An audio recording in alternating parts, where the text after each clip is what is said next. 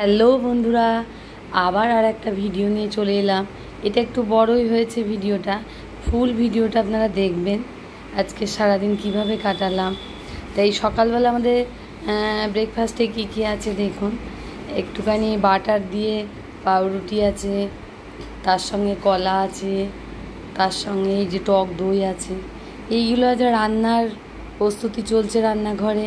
আজকে একটু ওলা করব, পটল দিয়ে একটু ওলা করবো ভেবেছি, ওই জন্য কেটে রেখেছি। একটু পাবদা মাছ এনেছে, পাবদা মাছের একটু রসা বানাবো। তা মাছগুলোতে ধুয়ে লবণ হলুদ মাখিয়ে রাখলাম। এই যে এবার সিদ্ধতে বসিয়ে দিলাম, ওলাটাকে সিদ্ধই বসিয়ে দিলাম। কিছুক্ষণ সিদ্ধ হবে, যে ঢাকনা দিয়ে দিলাম। কিছুক্ষণ সিদ্ধ হয়ে যাওয়ার পর ওলাটাকে রান্না করতে হবে। এর মধ্যে অন্য গ্যাসে একটু পাউরুটি ছেঁকে নিয়েছি, বাটার দিয়ে পাউরুটিটাকে একটু মাখিয়ে নিলাম। পাউরুটি একটুখানি ছেঁকে নিয়ে খাই ভালো। তারপরে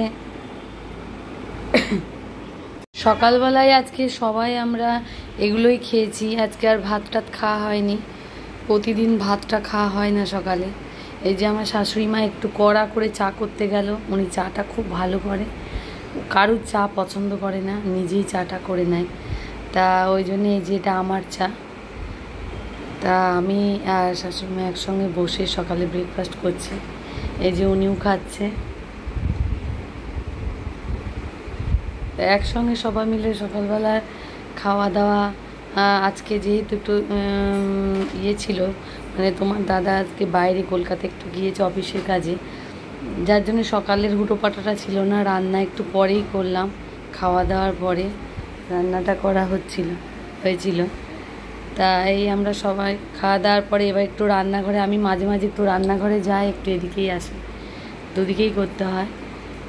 এই যে একটু কালো জিরে ফোড়ন দিলাম, ওর মধ্যে পটলগুলোকে আগে ছেড়ে নিলাম। পটলগুলো ছেড়ে নেওয়ার পর ওলাটা সিদ্ধ করা ছিল, ওই সেদ্ধ ওলাটা পটলগুলোর মধ্যে দিয়ে দেবো। এদিকে তোমার দাদা রেডি হয়ে গিয়েছে যাবে বলে, এক্ষুনি অফিসের গাড়ি চলে আসবে। উনি বেরোলো, তাই আমি গেটে একটু আগাতে এলাম। যখনই বেরোই না কেন আমি একটু গেটের গোড়ায় আসি, একটু আগাতে আসি। আস্তে আস্তে আবার একটু রাত হয়। এই যে ওলাটা কমপ্লিট হয়ে গেল, এর মধ্যেই ওলাটা কমপ্লিট হয়ে গেল। দারুণ আজকের ওলাটা হয়েছিল, দুর্ধর্ষ হয়েছিল ওলাটা। গরম ভাতের সঙ্গে একবার এইভাবে করে দেখবেন, কোনো কিছু না দিলেও শুধুতেই ভালো লাগে খেতে। আর এর মধ্যে যদি একটুখানি ইলিশ মাছের মাথা দেওয়া হয় তাহলে আরও টেস্টি হয়। এদিকে মাছগুলো, পাবদা মাছ এনেছিল, এই মাছগুলোকে একটু ভাজা হলো, প্রচণ্ড ফুটছিল। আমার হাতে কয়েকবার ছিটকা পড়লো, একটু ফুসকা পড়ে যায় ছিটকা পড়লে। তারপরে যে কালো জিরে কাঁচা লঙ্কা ফোড়ন দিলাম। কাঁচা লঙ্কাটা দিয়ে আমার শাশুড়ি মা ঝোলে কাঁচা লঙ্কা দিলে সেই লঙ্কাটা খেতে ভালোবাসে। তা ঝোল তো না, এটা রসা, সর্ষে বাটা করেছিলাম। এই যে মাছগুলোকে ছেড়ে দিলাম এবার। আজকে রসাটাও দারুণ হয়েছিল, সবাই বলেছে খুব সুন্দর। এই রাতের জন্য আমি একটুখানি ডিমের ঝোল করে রাখতে বলেছে আজকে রাতে, যার জন্যে আমি ডিমের যে মশলাটা, একটু আদা পেঁয়াজ রসুন, একটু জিরে, একটু ধনে, সব কিছু দিয়ে মশলাটাকে রেডি করলাম। ধনেটা দিলে একটু টেস্ট হয়। এদিকে মাছের রসাটাও কমপ্লিট হয়ে গেল, প্রায় ফুটে গিয়েছে।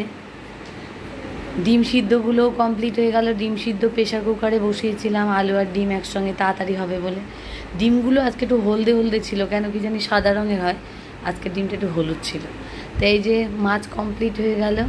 মাছের রসা আর কমাবো না, তাহলে আর হবে না। লাস্টে একটু কাঁচা তেল দিয়ে দিলাম। এর সঙ্গে যদি একটু ধনে পাতা হতো আরও ভালো হতো, ধনে পাতাটা ছিল না। যাই হোক, এই সময় ধনে পাতা তো অ্যাভেলেবেল থাকে না। যাই হোক, কাঁচা তেল দেওয়ার পরেও খুব সুন্দর টেস্ট হয়েছিল। কমপ্লিট হয়ে গেল আজকের রসা। এটাও আজকে আমরা যখন দুপুরে ভাত খাই, গরম ভাতই ছিল, একটু বেলা করে ভাতটা চাপিয়েছিলাম, দারুণ লাগছিল খেতে। এইটা হচ্ছে ডিমের ঝোল, যেটা হচ্ছে তার মশলাটা কষানো হচ্ছে। এর মধ্যে আমি রান্না করতে করতে এদিকে এসে দেখি আমার শাশুড়ি মা ফোনে কথা বলছে, এবং উনি টিভিতে, বলি টিভি সিরিয়াল দেখে, একটু খবর টবর শোনে। তা যাই হোক, ওনার ঘর থেকে এক পাক একটু ঘুরে গেলাম, আবার চলে গেলাম রান্নাঘরে। রান্নাঘরে গিয়ে দেখি যে মশলাটা কষছে, তার মধ্যে একটুখানি আমি লেবু চিপে দিয়ে দিলাম, তাহলে টেস্ট হয় খুব সুন্দর কষানোর মধ্যে একটু লেবু দিলে।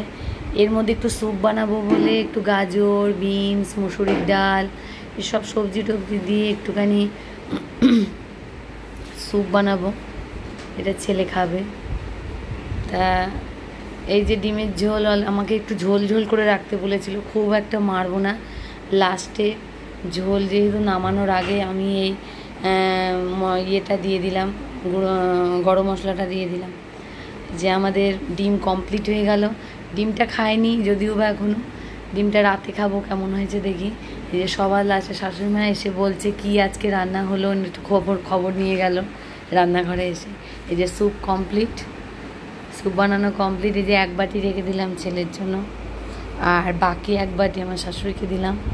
রান্নাঘরটা সব পরিষ্কার পরিচ্ছন্ন করে একদম কমপ্লিট। এবার আমি যাব আবার আনতে যাব মেয়েকে। তো এই যে আমরা সব খাওয়া দাওয়া করেছিলাম বলে ডাইনিংয়ের উপরটা একটু নোংরা পড়েছিল, আবার পরিষ্কার করে ডাইনিং টেবিলটা পরিষ্কার করে মুছে ফেললাম। মুছে টুছে ফেলার পর আবার চলে গেলাম আমি ঘরে জানলার যে ইয়েটা আছে প্লেটটা, ওটা একটু মুছলাম। শুভেচ্ছার বইপত্র যেখানে থাকে ওখানে একটু পিঁপড়ে হয়েছিল, পিঁপড়ের জন্যে পিঁপড়ে মাটি তুলেছিল। এই দেখেন কত মাটি তুলেছে। আমাদের যেহেতু পুরনো গাঁথনি, ভেতরে সবই মাটিরই একটা ইয়ে আছে, সিমেন্ট তো না, আগেকার সব নিচের তলাটা পুরো মাটির গাঁথনি। তাই সেই ক্ষেত্রে এই বর্ষাকালগুলোতে ভেতর থেকে অনেক পিঁপড়ে বা এই বিছে জাতীয় এরকম বিছে টিছেগুলো মাঝে মধ্যে দেখতে পাই, বেরোয় দেয়ালে ফোক টোপ থেকে বেরোয়। তা এই যে শুভেচ্ছাকে টিফিন দিয়েছিলাম, টিফিন খেয়েছে, ওকে পাউরুটি আর বাটার দিয়ে দিয়েছিলাম। তারপরে চান টান করে শুভেচ্ছা পড়তে বসে গিয়েছি, স্কুলের কাজগুলো করছে এবার। তা কেমন লাগলো আজকের ভিডিওটা অনেকটা বড়ই হলো। ভালো লাগলে অবশ্যই একটা কমেন্টের মাধ্যমে জানাবেন। আমি বিগত 2 দিন হয়ে গেল কোনো বড় ভিডিও দিতে পারিনি সময়ের অভাবে। তা যাই হোক, আজকে আবার করলাম। মেয়েদের রান্নাঘর ছাড়া আর দেখানোর তো কোনো সেরকম জিনিস থাকে না, প্রতিদিন তো আর বেড়াতে যাওয়া হয় না। তাই এই হলো